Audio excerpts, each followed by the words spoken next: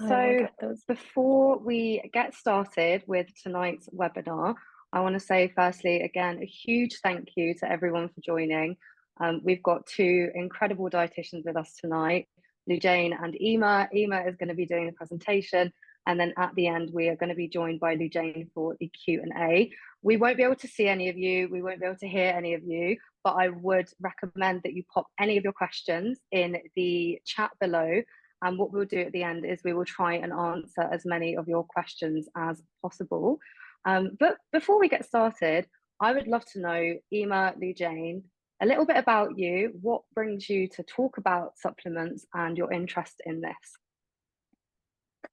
Absolutely. So hi everyone. As Jem mentioned, my name is Eimear and I'm a registered dietitian and health coach here at Second Nature. And I chose to do this topic this evening because I think there's definitely been a rise in the number of us who have started taking dietary supplements. And I think there's so much information out there on them that it can feel really confusing trying to navigate our way through them. And so I thought by doing this webinar, I'd be able to kind of summarize and clarify what we need to know about supplements and kind of make it a little bit simpler.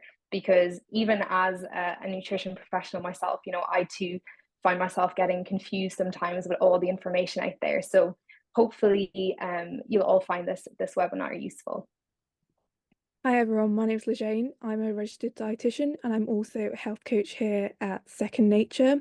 I'm really interested in the topics of supplementation as well. Like Eimear said, there's a lot of claims out there and a lot of different things regarding supplementation. I'm someone that takes supplements myself, but I find it fascinating with all the different claims and the different things that are sort of said regarding supplements. So hopefully today we can debunk some of that information and help you kind of choose the supplements that are necessary and appropriate for you.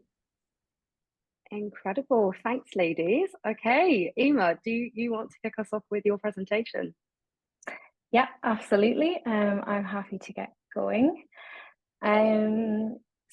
So I thought I'd start off by talking a little bit about kind of what the outline of the webinar is going to be this evening, so you know what to expect.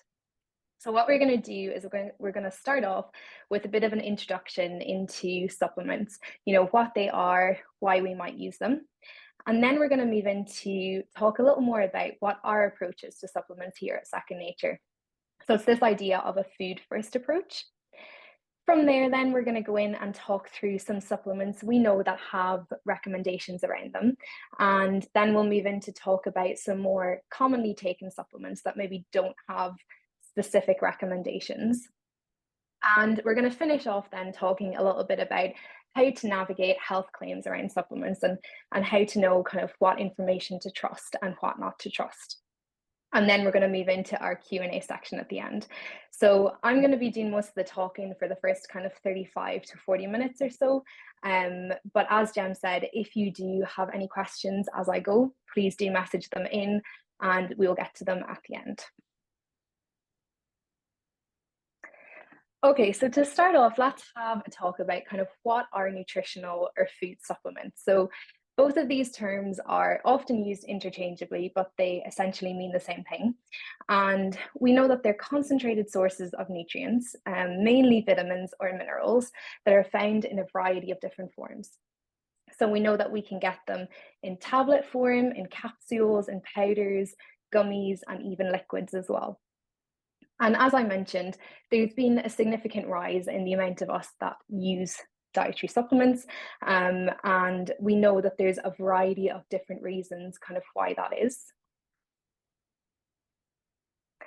So these are some of the most common reasons. They're not all the reasons, but they're the kind of things that we see most often. So number one, we might use them to help maintain or enhance our current health. So that's for those of us who maybe don't necessarily have a deficiency or haven't been recommended to take them, but we've kind of chosen to take them almost as an insurance policy to make sure that we're getting our required vitamins and minerals. Number two, then, we might use them to help correct nutrient deficiencies. So that's for those of us who have a diagnosed deficiency or have been recommended to take them, and they can be really useful in those scenarios. Number three, we might use them if we follow a specialized or a restricted diet. So, for example, if we're vegan, we know that certain nutrients can be a little more challenging to get.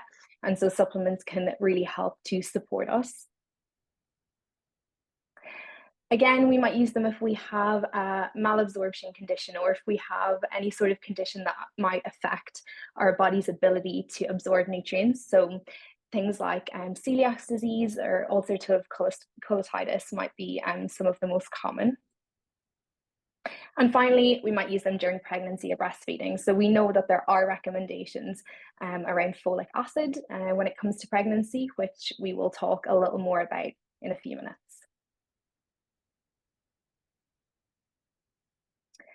And I suppose the big question when it comes to supplements is, do we need to take them?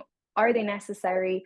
Are they going to provide benefit? And that's kind of the question I'm going to try and answer throughout this webinar this evening. But just to try and summarize it based on where we're at now, we know that while some of us will absolutely benefit from taking supplements, and there are scenarios where they will be required, we know that for the majority of us, actually following a balanced diet should be enough to enable us to get all our required vitamins and minerals that we need.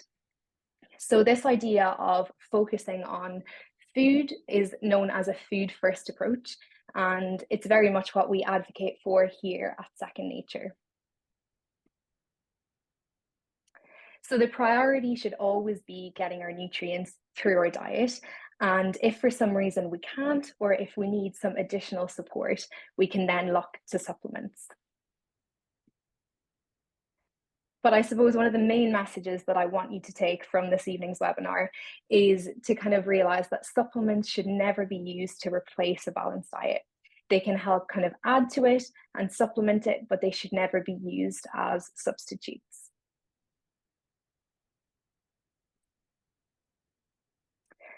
And when you read about supplements, whether that's online or you listen to people talking about them, you will come across people with kind of very different views on them, as is the case for a lot of nutrition topics. On one end of the scale, you're going to have people saying that, supplements are something that should be completely avoided. We should never go near them. Whereas on the other side of the scale, you're going to have people saying we should be relying on supplements, we should be taking them every day, and we need them. But both of these views are kind of very much on either side of the scale, and it's not a very balanced approach. Whereas here at Second Nature, kind of we sit somewhere in the middle. So we appreciate that there's absolutely times when we're going to need supplements and when they're going to be required, but we also kind of encourage or get you to prioritize your diet.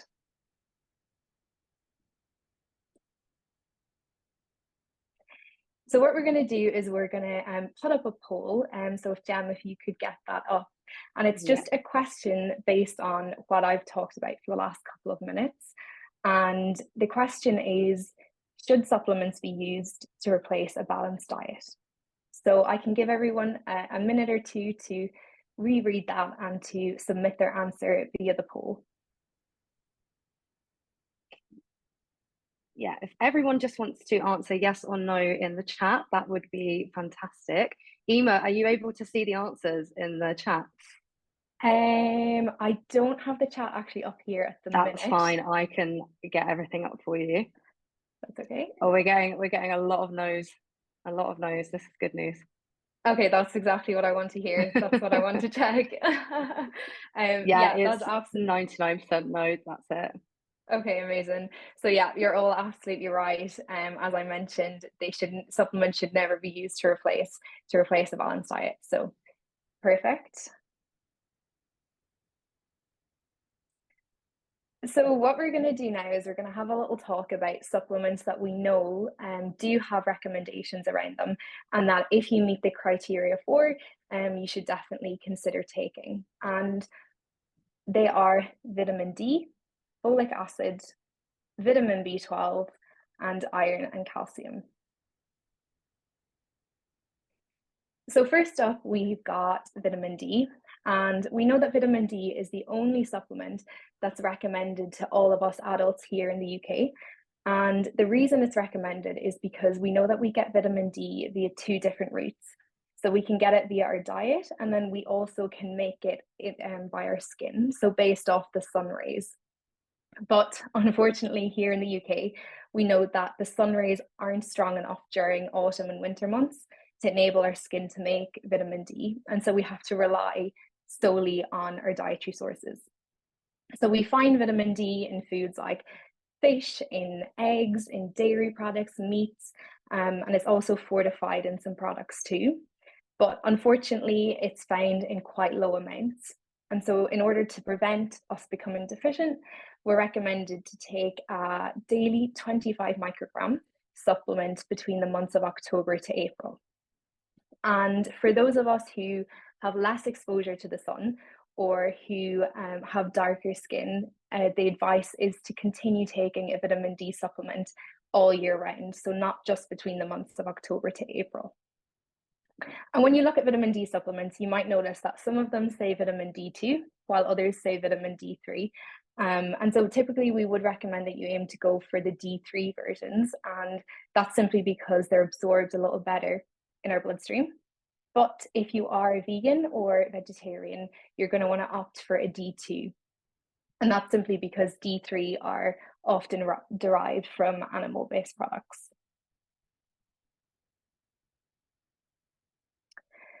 So next up then, we've got folic acid. And we know that a folic acid supplement is recommended for women who are pregnant, thinking of becoming pregnant, or those in the first 12 weeks of pregnancy. And we know that women who do take folic acid supplements are at a significantly lower risk of developing a pregnancy affected by neural tube defects. So that would be conditions like spina bifida. And we don't know exactly what the link is between folic acid and the formation of neural tube defects, but it's thought that it's likely to do with some of the biochemical reactions that happen in our body. And for that reason, the recommendation is to take a 400 microgram daily supplement, or for those women who have had a previous pregnancy affected by a neural tube defect or have neural tube defects in their genetics, or they're recommended to take a higher dosage of 5 milligrams a day.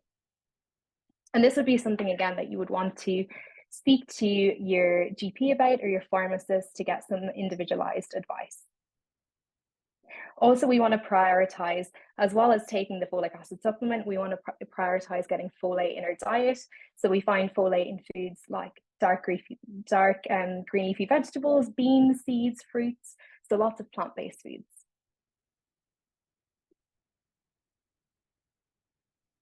Vitamin B12 then is recommended for those who follow a vegan diet. So this recommendation is in place because we know that B12 is found mainly in animal-based products. So it's found in dairy and it's found in meat. It is fortified in some plant-based foods, but it's usually fortified in quite low quantities. And so for that reason, the recommendation is to take a 10 microgram daily supplement, or there's the option to go for a higher dose of 2000 micrograms weekly.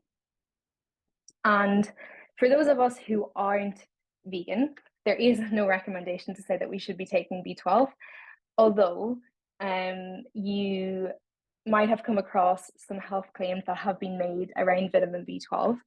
And one of the most common is that it helps to boost your energy levels. But actually, when we look at the research on this, there's very little research to say that this is the case. So we know that for those who are deficient or have lower levels, there is a risk of taking a B12 supplement will absolutely benefit you. But for those of us who have sufficient levels and who have enough vitamin B12 in our diet, there's no research to say that this claim is accurate. And it's also true to think about the fact that we have a certain requirement to have a certain level of vitamin B12. And once we meet that requirement through our diet, there is nothing to say that we need to take on additional levels. So this idea that kind of more is better when it comes to supplements is not true. So, less is more, and focusing on diet is more important. So next up, we've got iron and calcium. And we won't say too much on these, but These are both supplements that would be recommended to you from your GP or your medical professional. And they're recommended for those of us who might be deficient or might have clinical conditions that may be affecting our intake or our absorption. So both of these, if we take on too high levels or we go past our requirements, there is a risk of experiencing side effects. So it is really important that we do get some individualized advice for both of these.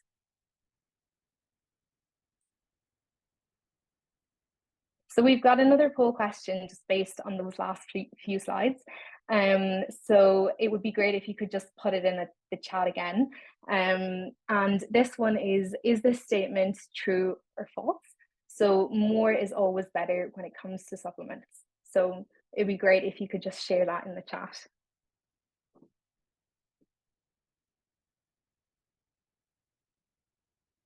We're getting lots of people saying false. Okay, perfect. So that's exactly what I want to hear again. So more is not always better. As I mentioned, we need to just meet our requirements and the amount that our body needs of certain vitamins and minerals. And once we do that, that's sufficient.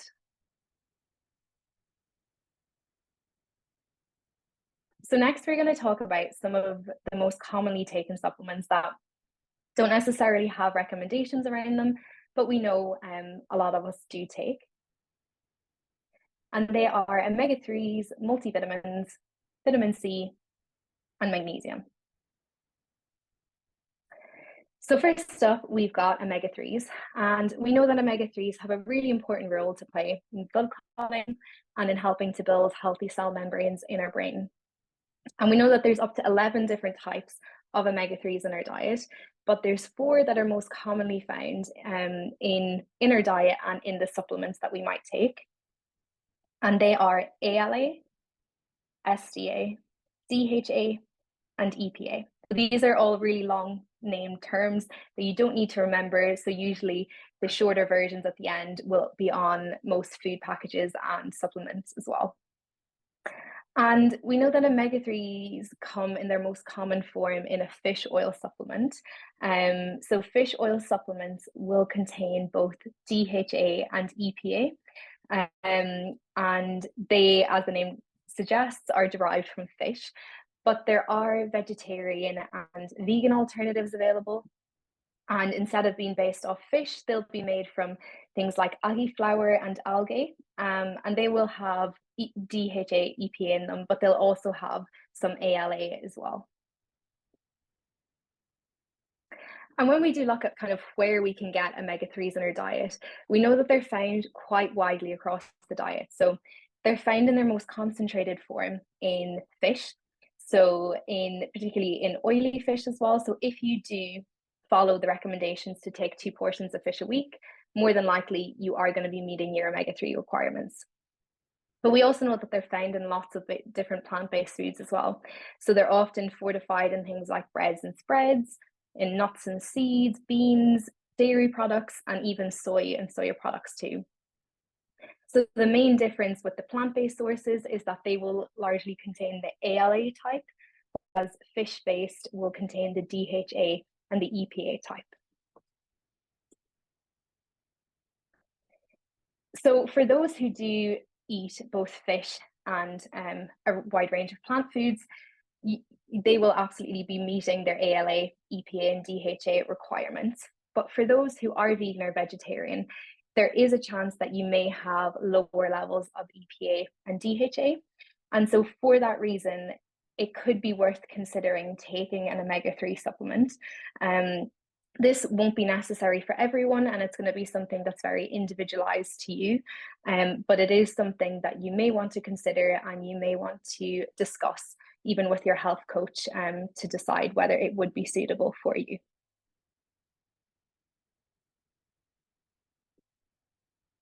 So again, when we look at some of the health claims that have been made or the proposed benefits associated with omega-3 supplements, you might read things like taking an omega-3 supplement is going to help boost your skin health. It's going to help improve bone and joint health, benefit mood, or even promote a healthy brain.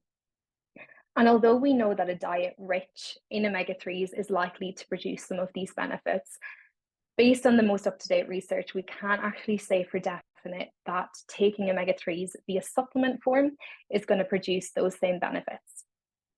So to help put this into context and kind of to illustrate it a little more, let's look at some research that's been done on the link between omega-3 supplements and cardiovascular disease.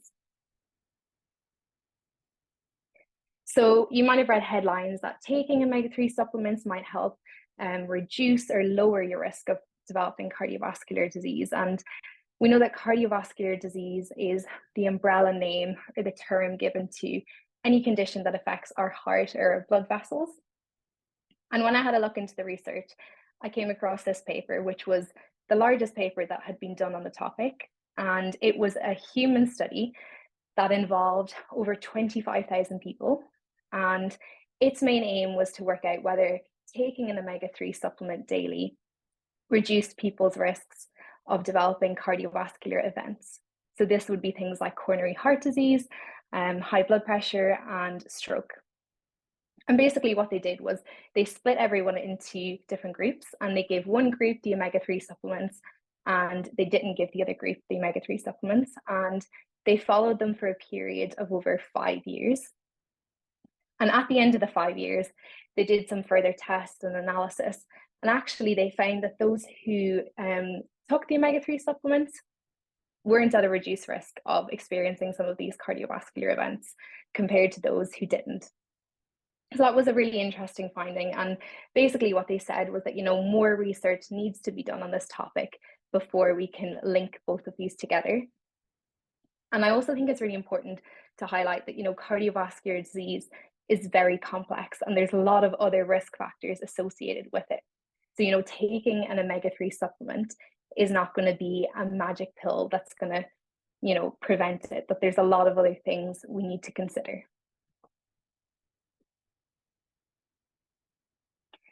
So next up, we've got multivitamins, and we know that multivitamins are probably one of the most commonly taken supplements, and mainly for the reason of that insurance policy that I mentioned earlier, that we want to make sure we're getting our required vitamins and minerals. And they essentially are supplements that contain a range of different vitamins and minerals in the one tablet or capsule. So there's no official definition of what a multivitamin should be. They're all going to kind of slightly change depending on what brand you buy or what type you buy. And again, when we look into the research that has been done on multivitamins, we know that there's not a lot of strong research there to say that taking one is going to provide health benefits or is going to reduce our risk of developing chronic conditions. So this was a study that I found on the topic, and this was called a systematic review. So essentially, researchers went out and tried to find all the available research that was done on the topic of multivitamins and health benefits. And this was done in 2022.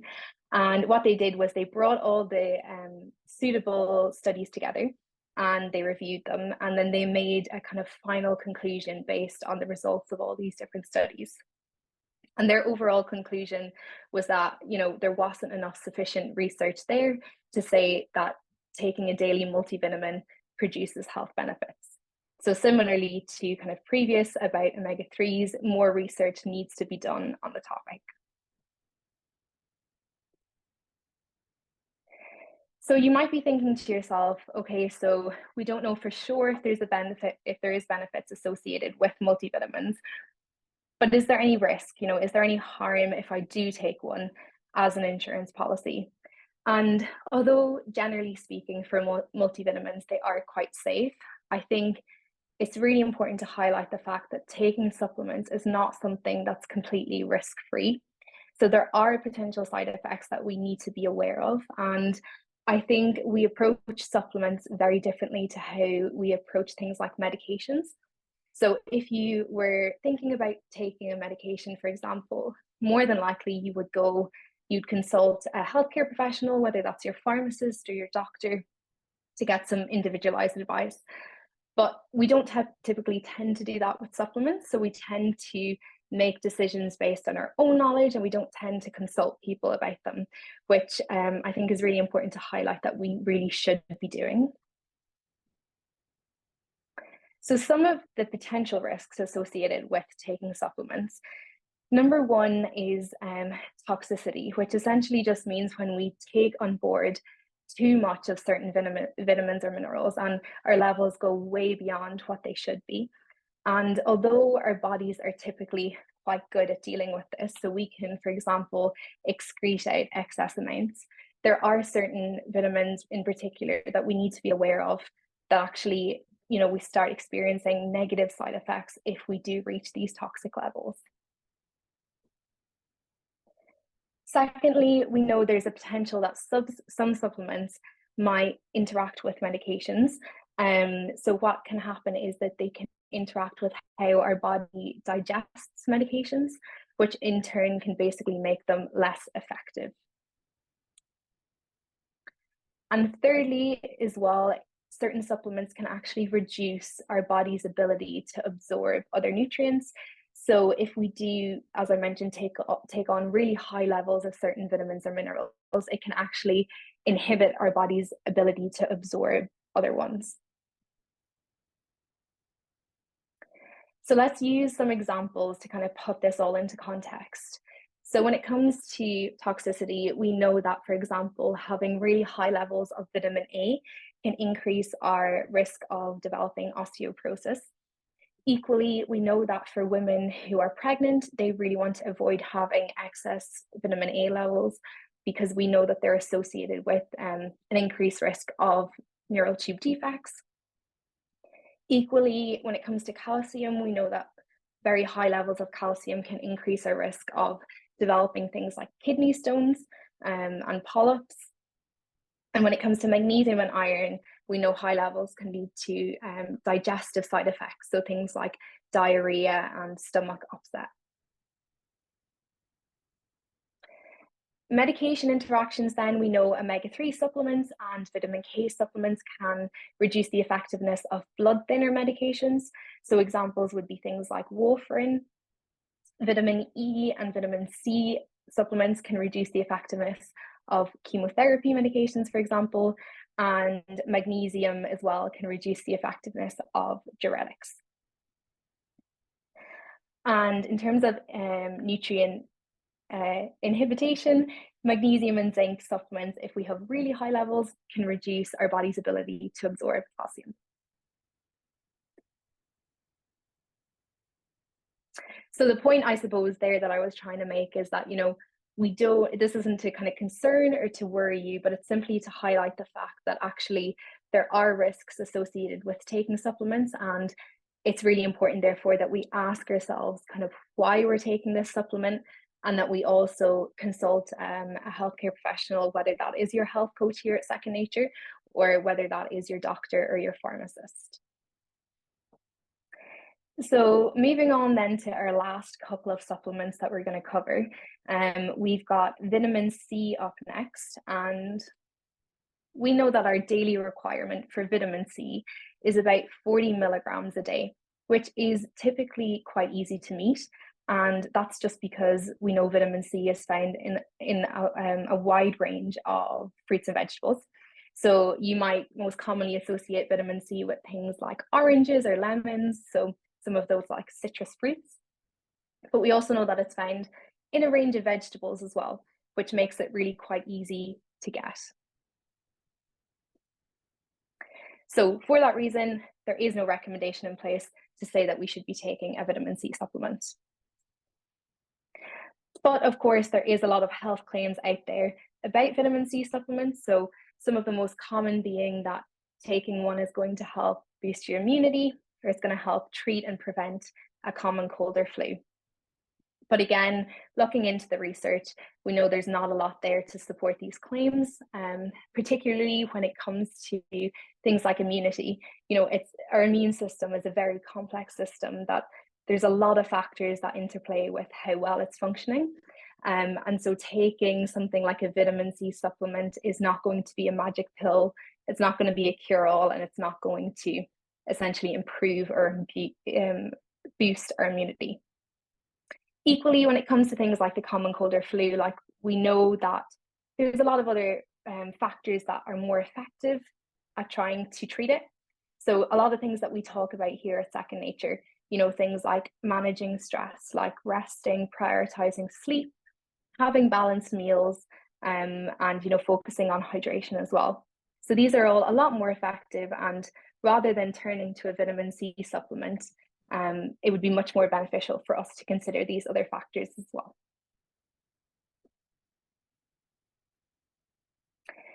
So you might have noticed throughout the webinar that I've touched based on quite a few health claims that have been made around supplements that actually, when we look at the research a little deeper, don't have a lot of research behind them to support them. And I think it's really important that we kind of discuss why this is.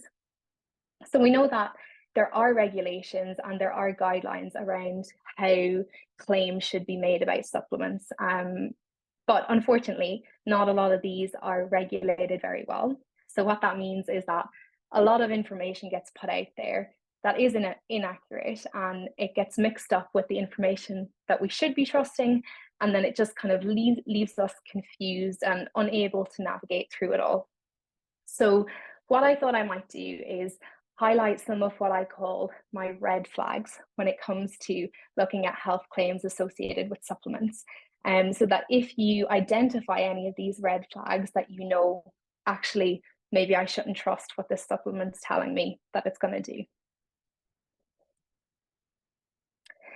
So red flag number one is if the claim is huge or there's a huge statement being made around the supplement.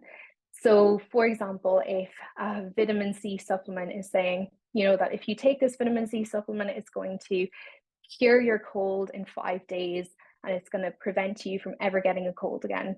Or taking this vitamin E supplement is going to prevent you from getting cancer.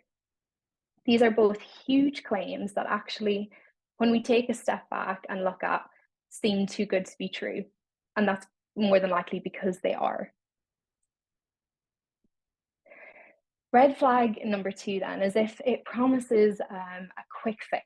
So as I mentioned with that vitamin C supplement, you know, if it tells you that it's going to cure your cold within the next 5 days, or if there's a weight loss supplement, for example, that's telling you it's going to allow you to lose X amount of weight over the next week. As tempting as these are, we know that typically these quick fixes have no research to support them. As I already mentioned, if the claim sounds too good to be true, it probably is. So if there's no reference or kind of evidence to where the claim is from, so this is mainly for if you are reading an article online, for example, about a supplement, and they don't include any research or they don't include any references, there's a high chance that that's because there isn't a lot there to support what they're saying. And then finally, the last red flag is if the supplement is being promoted by a public figure or by a celebrity. So I think it's really important to remember that these people are being paid to promote these products.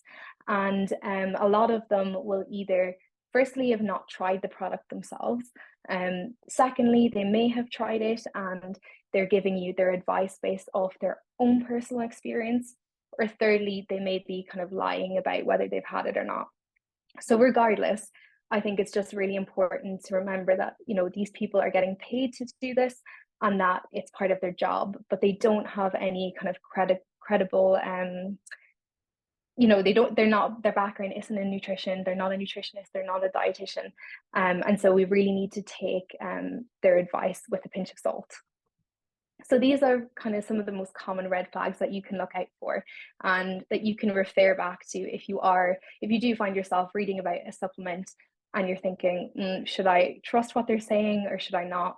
Come back to these these red flags and see if you can work your way through it. So this is our final poll question then of the evening, and it's based just on the last couple of slides. So this last question is, are there any health risks associated with taking supplements? So it would be great if you could, again, just message into the chat your answer.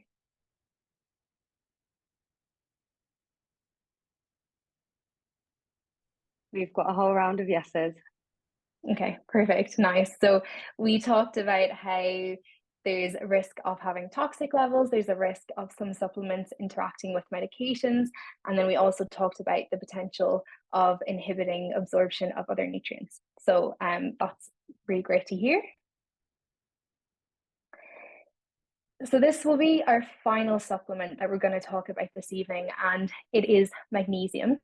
And generally speaking, magnesium deficiency is very rare, and that's simply because it's found in a wide range of foods. So it's found in things like seeds, in nuts, in whole grain products, in dairy, and it's usually really quite easy to get. The only time that we may become deficient is if we are kind of clinically unwell in a hospital setting, which it would be treated for there and then. But when we talk about magnesium supplements, I know one of the most common questions I get asked, and a lot of the other health coaches get asked, is whether taking a magnesium supplement will help improve our sleep. So let's have a little look into kind of what the research says on this. So we know that magnesium supplements, there's up to 11 different types out there, but the one that has been most studied or associated with sleep is magnesium glycinate, and it has been proposed to help benefit our sleep by firstly reducing our cortisol levels. So cortisol is our body's main stress hormone. So when our cortisol levels are high, our body is more stressed, which we don't want just before we fall asleep. Number two, then, it's been proposed to help increase our melatonin levels. So again, melatonin is a natural hormone found in our body, and its main role is to help control our circadian rhythm, which is essentially just our body's internal clock. So it controls when we fall asleep and when we wake up in the morning. So naturally, our melatonin levels are going to rise just before we fall asleep. And finally, it's been proposed to help regulate some neurotransmitters, which are essentially just chemical messages that get sent around our body. And having a look into the research, I came across this paper that really did a really good job at kind of reviewing and providing an overall conclusion on the topic. And similarly to the last one, this is a review. So researchers went out and gathered all the available research they could find on the topic of magnesium supplements and sleep quality in adults. And they basically found 9 studies that met their criteria that had over 7,500 people in total. And they analysed the results of each of these studies, and they found that some of them showed that there was a positive association between taking magnesium supplements and improved sleep, while others didn't quite show the same results. And so what they concluded overall was that actually we can say for definite that there is a link here, and that more well-designed research needs to be done. So some of the studies that did suggest a positive relationship, they were considered to be lower quality studies, and this was just based on the methods that they used.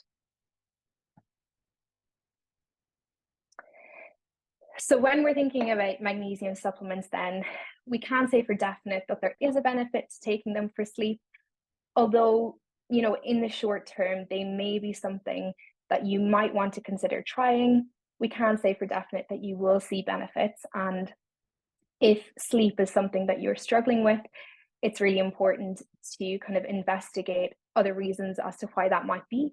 So you could do that with your health coach and have a chat with them, or you could also speak to another medical professional. But similarly to some of the other supplements I talked about this evening, you know, taking a magnesium supplement is not going to be a magic pill, or it's not going to be a cure-all to improving your sleep.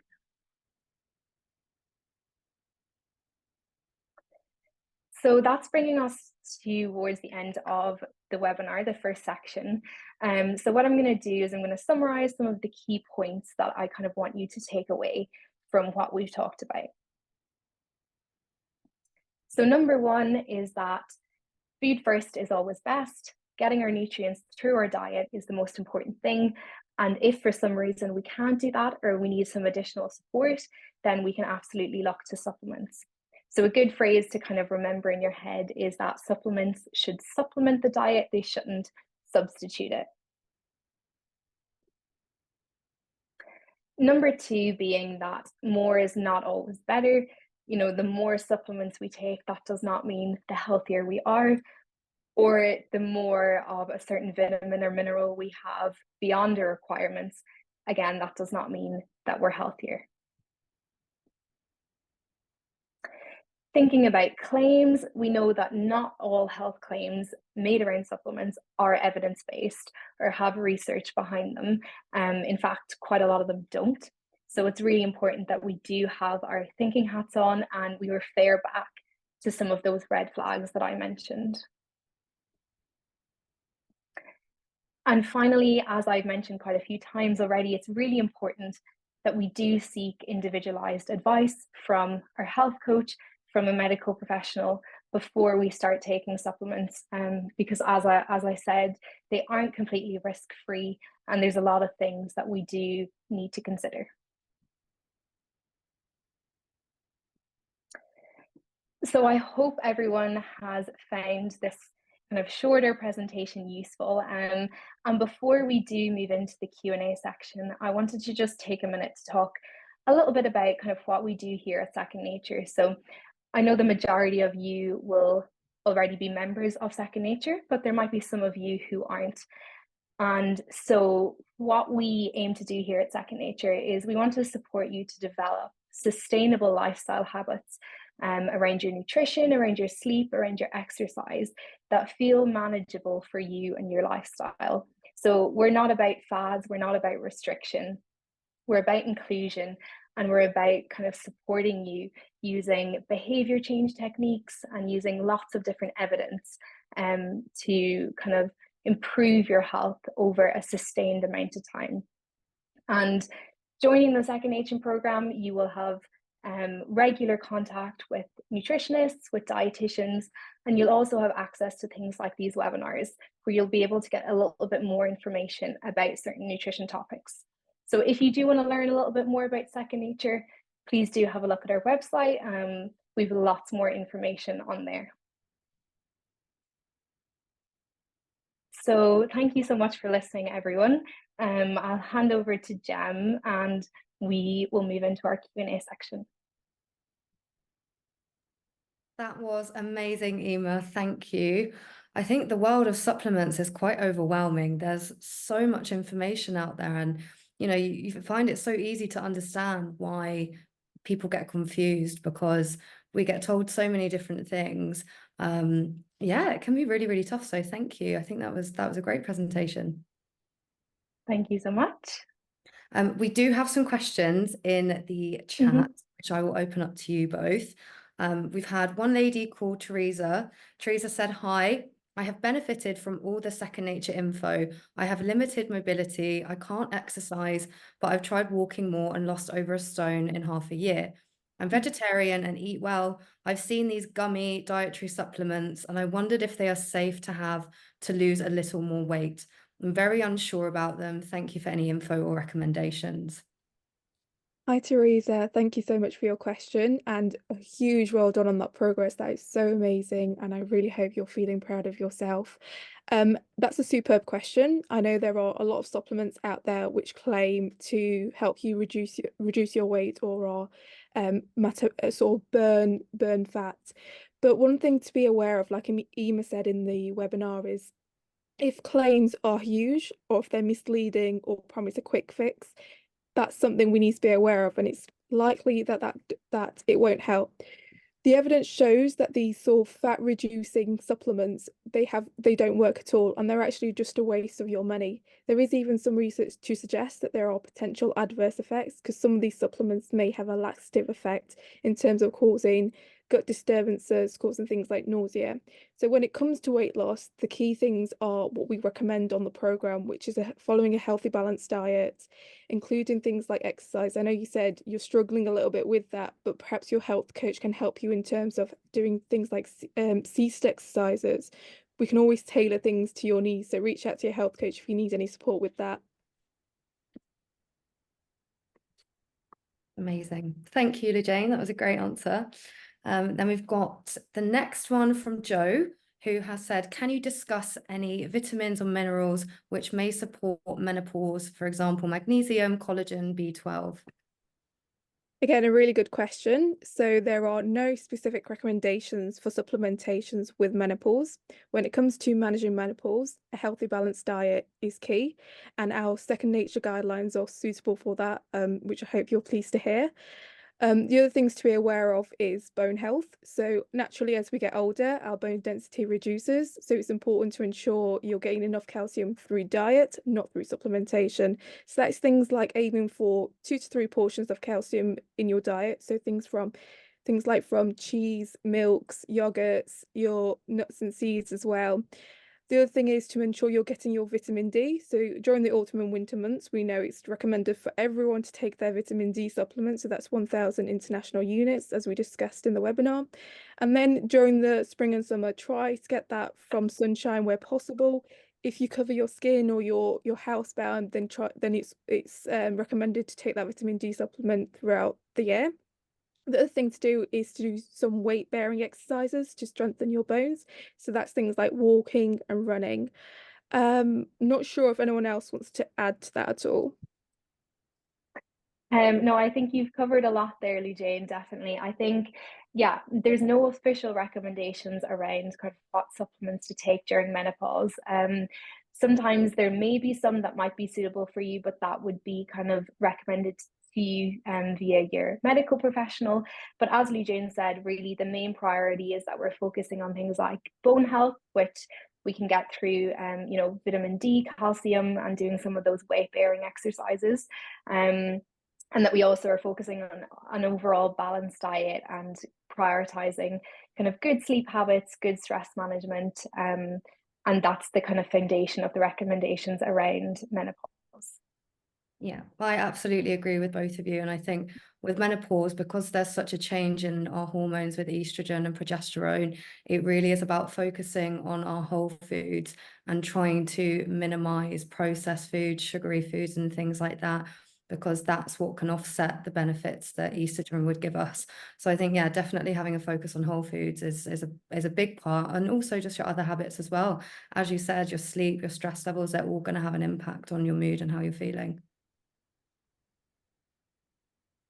Okay, we've got another question from Neelam, who said, what are your thoughts on protein shakes? I'm a pescatarian, but I don't eat too much fish. Are there any benefits to drinking protein shakes? Yeah, thank you for your question. So protein shakes can be highly processed. They often contain artificial sweeteners and added sugar, which can impact your blood sugar levels. So we suggest trying to obtain your protein requirements through whole foods. So if it's fish, trying to eat as much fish as you can. And if it's not fish, trying to obtain it from other whole foods like eggs, dairy, lentils, legumes, nuts, and seeds. So if you're following a vegetarian diet, our recommendations are to aim for a third plate of your legumes, your lentils and legumes, and then the other amount would be from your vegetables. Or you could do a quarter plate complex carbs, a quarter plate lentils and legumes, and then half plate of your vegetables. Yeah, definitely. I think that's a great recommendation. And I think we can also think about from vegetarian sources, things like tofu. There's like things like seitan as well as a great protein source. And a lot of the meat alternatives, they typically will have quite high levels of protein in them. Even things like edamame beans are really, really good sources of protein that you can just mix in through your meals. So although protein shakes can kind of feel quite convenient as a way to get protein in, as Jane said, they can often be quite highly processed, and those sweeteners in them are designed to help stimulate our sweet taste buds and kind of make us want more sweet food. So our kind of recommendations, yeah, as Lujane mentioned, would be to prioritize protein through the diet.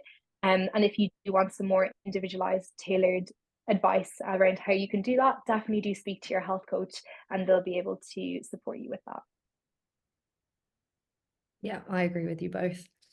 We've had another question from Jay, and this is again around menopause and bone health. I think we've covered that in what you both just answered.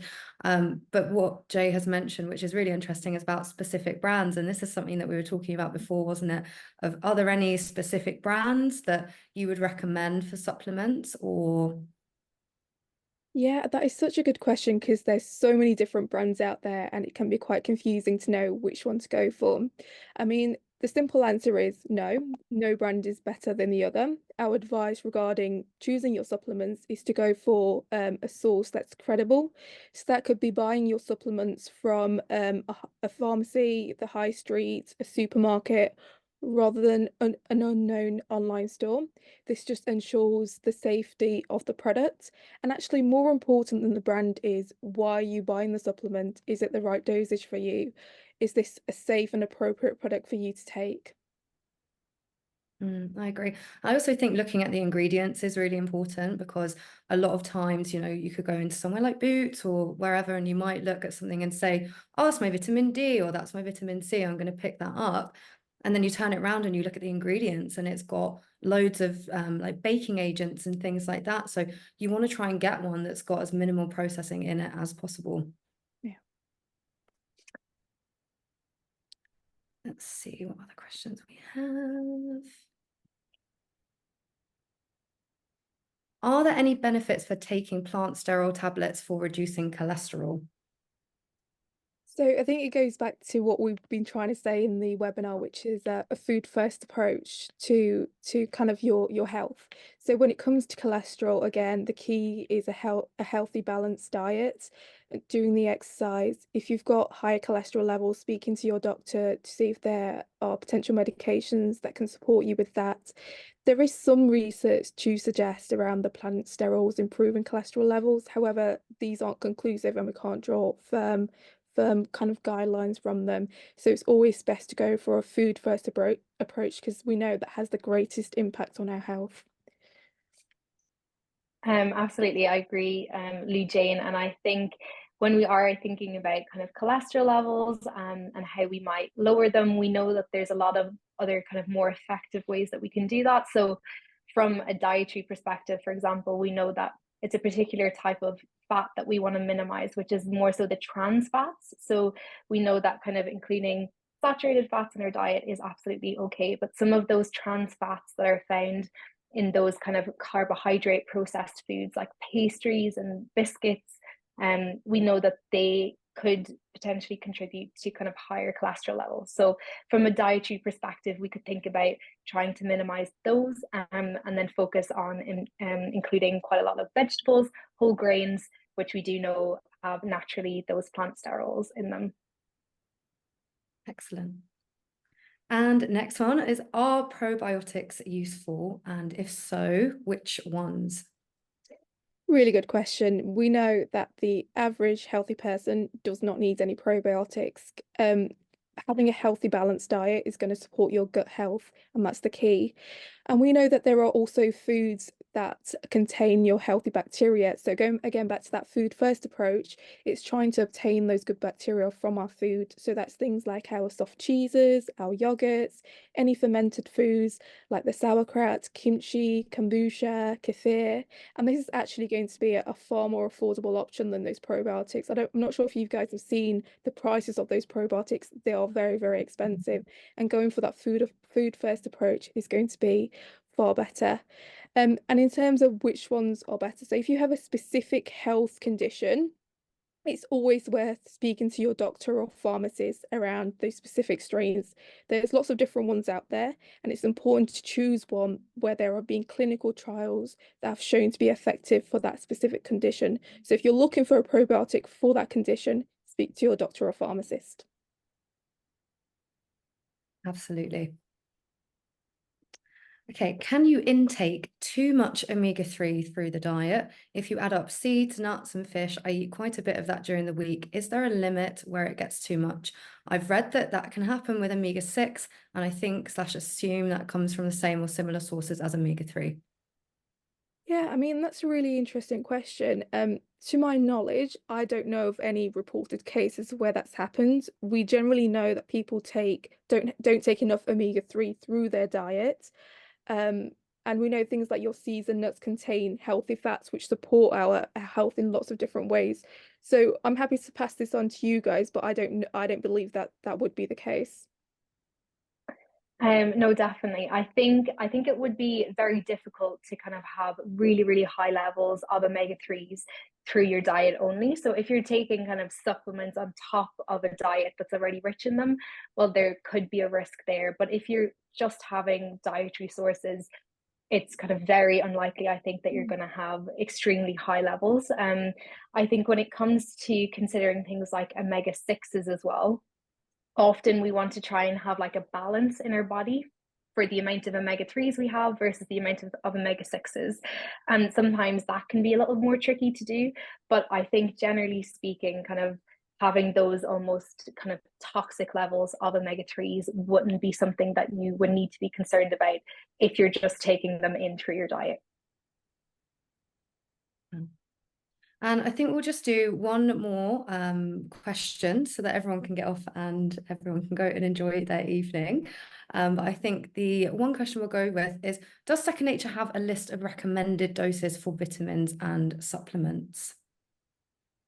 Thanks for that. We don't have recommended doses for supplements because we go for a food first approach and we recommend a healthy, balanced diet. Like we said, if you have any medical needs or if you're one of the groups we talked about in the webinar, then it's those general guidelines that we have present like nationally. So we don't have anything around that. And I was going to say as well, as Eimear has reiterated many times, is it does come down to a food first approach. And unless you have deficiencies or anything else that you've discussed with your doctor, you should be able to get all the vitamins and minerals through your diet if you are having a balance. And that's also why it goes back to having the balanced plate approach when we're making our meals. You know, just making sure we're getting enough protein, fat, complex carbs, and lots of veggies, lots of fiber. That's only going to have benefits on our body. Absolutely, Jem, I agree. And I think that could be potentially the main message that everyone tries to take from this evening. And hopefully that makes kind of the topic of supplements feel a little bit more manageable, to know that actually we can strip it back down to basics and really just focus on that diet. For sure. Well, thank you, Eimear and Lujane. I hope everyone has enjoyed this webinar tonight. You will all be sent a recording afterwards, so you can go back and watch it, make notes if you need to. And yeah, hopefully you have enjoyed this, and we'll see you again soon for the next webinar. So keep your eyes peeled and we will be sharing that with you. Have a lovely evening and speak soon. Have Thanks, a lovely everyone. evening, everyone. Thank you. Bye.